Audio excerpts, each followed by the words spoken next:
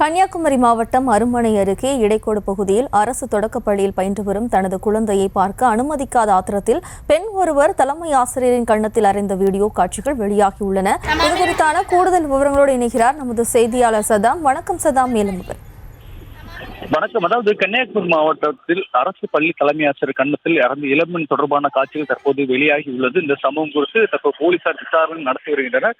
கன்னியாகுமரி மாவட்டம் அருமனை அருகே உள்ள இடைக்கோடு பகுதியில் அரசு தொடக்கப்பள்ளி உள்ளது. இந்த பள்ளியில் தலைமை ஆசிரியராக இருப்பவர் ஜான் கிறிஸ்டோபர் என்பவர் பணியாற்றி வருகிறார்.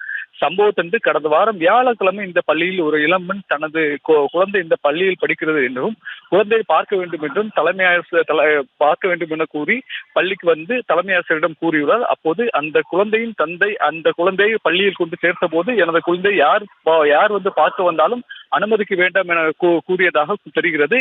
குழந்தையின் தந்தையின் அனுமதி இருந்தால் மட்டுமே குழந்தையை பார்க்க முடியும் என அந்த இளம்பெண்ணிடம் தலைமை ஆசிரியர் கூறியுள்ளார். இதில் ஆத்திரமடைந்த அந்த இளம்பெண் தலைமை ஆசிரியர் மற்றும் அங்கு பணிபுரியும் ஆசிரியருடன் வாக்குவாதத்தில் ஈடுபட்டுக் கொண்ட நிலையில் திடீரென அந்த பெண் தலைமை ஆசிரியர் கன்னத்தில் அறைந்துள்ளார். தொடர்ந்து தலைமை ஆசிரியர் இந்த சம்பவம் குறித்து அருமனை காவல் நிலையத்தில் புகார் அளித்து அருமனை போலீசார் வழக்கு பதிவு செய்து விசாரணை நடத்தியதில் அந்த குழந்தையின் தாயார் தான் இந்த இளம்பெண் என்பது தெரிய வந்தது.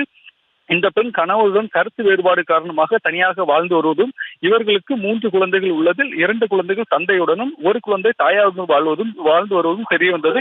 அருமனை போலீசார் இந்த பெண்ணின் மீது வழக்கு பதிவு செய்து தற்போது இந்த பெண்ணை தேடி வருகிறார். இந்த பெண் தற்போது தலைமுறையாக இருந்து வருகிறார். தொடர்ந்து இந்த காட்சிகள் சமூக வலைதளங்களில் வேகமாக பரவி வருகிறது.